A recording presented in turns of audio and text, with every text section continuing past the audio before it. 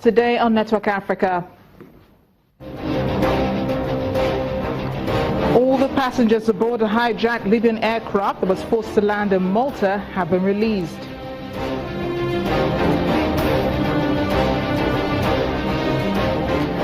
An agreement between the ruling party and the Etienne Tshisekedi-led opposition is yet to be reached in the Democratic Republic of Congo. Later, we take a look at STEM education for children, especially in Africa. Let's begin Network Africa.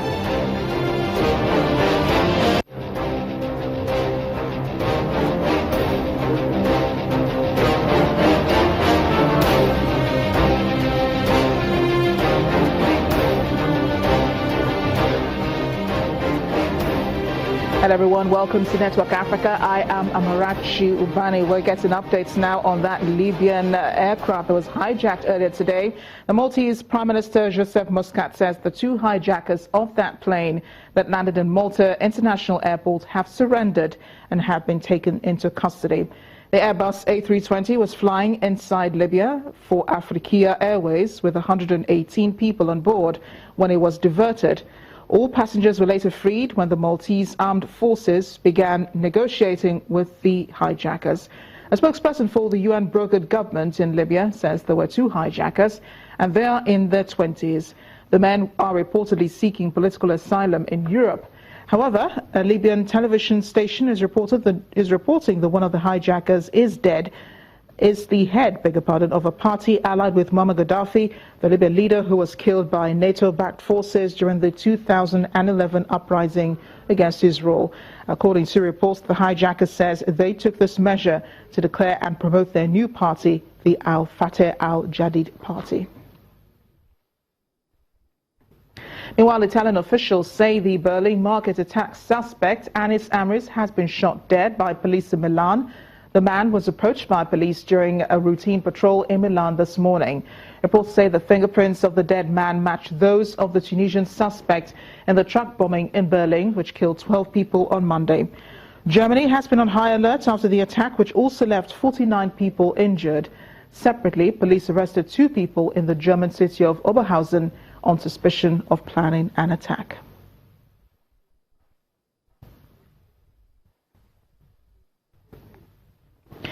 There appears to be divergent views as to the deal reached in the Democratic Republic of Congo. As regards the political crisis rocking the country, although the opposition leaders believe the deal has been reached, the Catholic Church officials say there's still some differences between the ruling party and the Etienne Tshisekedi-led opposition which needs to be resolved. The Catholic Church officials say the two sides could sign a deal later today of the future President Joseph Kabila.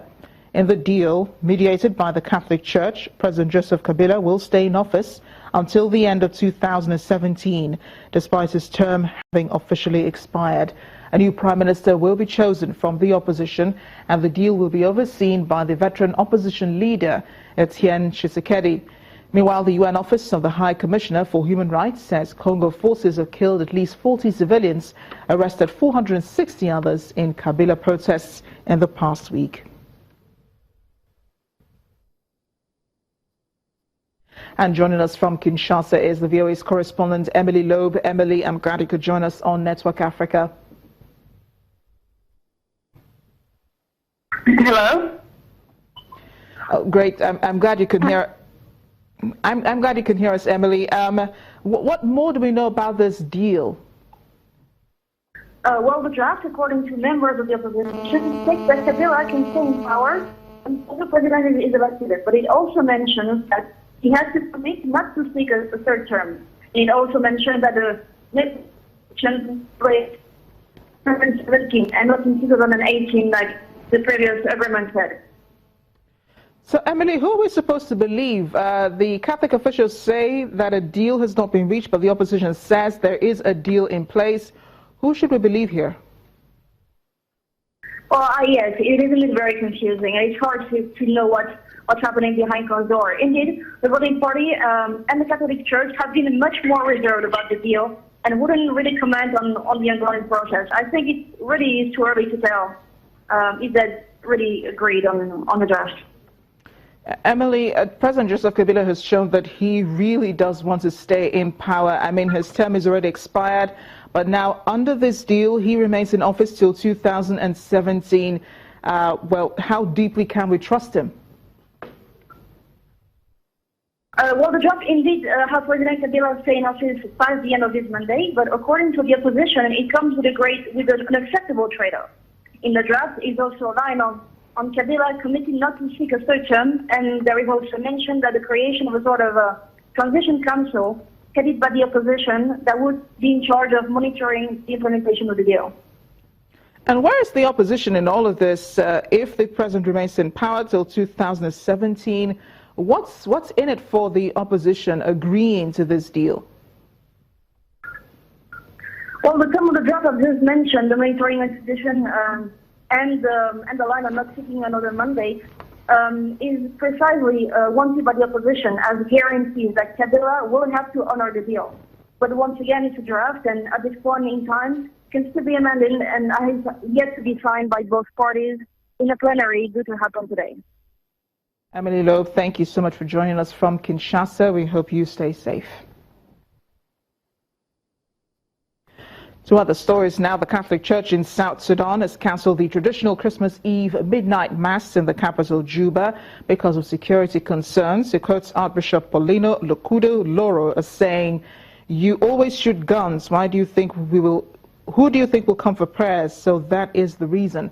The cleric urged people not to kill or steal during the Christmas period and made a plea to set aside ethnic differences and work for peace in the country.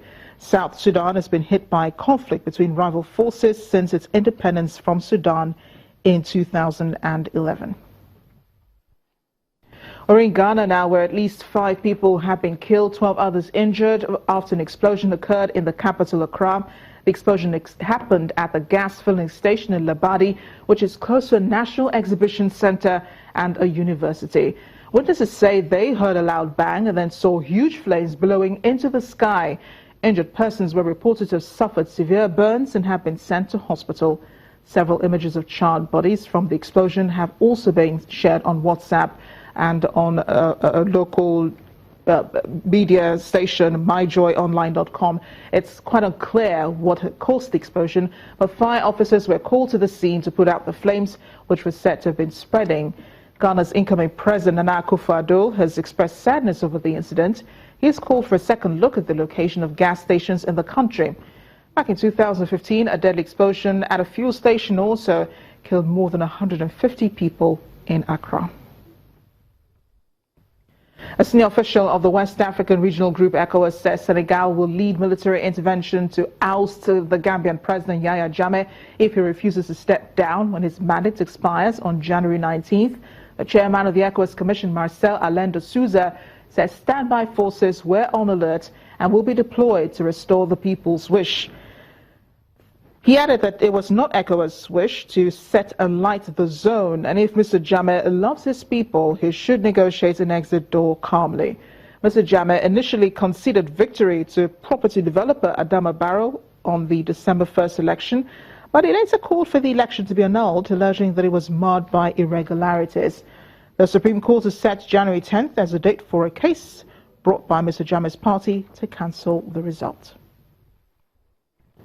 To health issues now, an experimental vaccine has been found to be highly effective against the deadly Ebola virus. The trial was conducted in Guinea, one of the West African countries most affected by the outbreak of the disease that ended this year.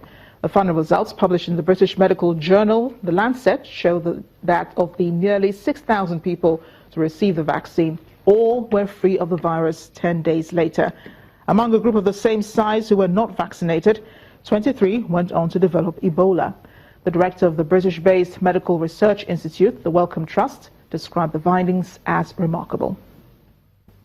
We have shown is that in the vaccinated people we have had 0 case of Ebola, while at the same time we have had 23 cases in the people who were not vaccinated with Ebola. So you compare 0 to 23 and you can calculate that you have a vaccine which has shown 100% efficacy. Of course, in a larger group it could be that it's not 100, it could be 80, 90, but this still shows that the vaccine is highly efficacious. I really believe that now we have a tool which would allow to control a new outbreak of Ebola, of the Zaire strain, because there are 2 strains circulating. One is Zaire and the other one is called Sudan. So for the Sudan Ebola, there is a need to develop the same vaccine, but we are now in a position to intervene and stop transmission of any outbreak of the Ebola type, of the Zaire type. The Grand Agadez Mosque is a monument of Agadez's 15th century architecture that once made the city Niger's most prominent tourist destinations. Originally erected in 1515 and restored in 1844, Muslims from all over the city gather here just after noon to pray and hear the Imam's sermon. But this tradition has over the years come under threat. Central Niger's largest city gained the reputation of a popular way station for people trying to cross the Sahara to eventually reach Europe via Italy. Here, migrants buy passage from people smugglers toward Algeria or Libya. From there, they take their chances across the Mediterranean. This gateway to the desert is now trying to regain its historical appeal and shake off its status as a migration industry hub, scene of ethnic rebellion and jihadist violence seen in recent decades. The mosque is right next to the Sultanate, the Sultan's Palace, another important monument. Both of them are side by side, and that's very important. And what's more, this monument that you see is an ancient monument dating back to the beginning of the 16th century, and was also built by a famous person named Zakaria, who influenced all of history and the social, cultural and religious life of Agadez. It is the first monument built by Zakaria.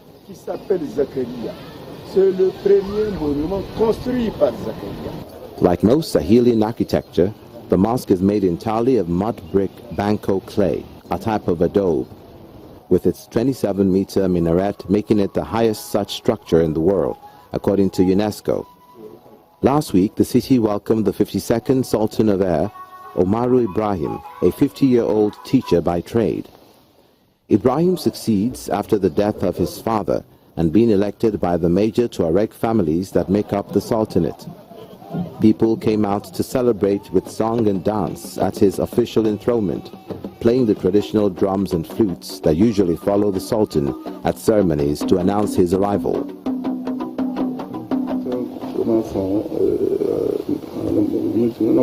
The challenges that await us are numerous, so we first need social conscience in the community. We have our youth that really need to be sensitized in terms of the time we're living in with insecurity at our borders. So we will make a true commitment to sensitize the youth, keep them busy, in order for them to become youth of sustainable development. But Niger's border with Mali is showing signs of growing Islamist insurgency in the region. Impoverished Niger is also grappling with incursions from jihadist group Boko Haram on its southern border with Nigeria, and a possible influx of Islamic State fighters across its northern border with Libya. You know, Ibrahim, is the supreme chief, the traditional ruler, as is customary. It's only later on through the years that we saw administrations, justice systems, and all of that.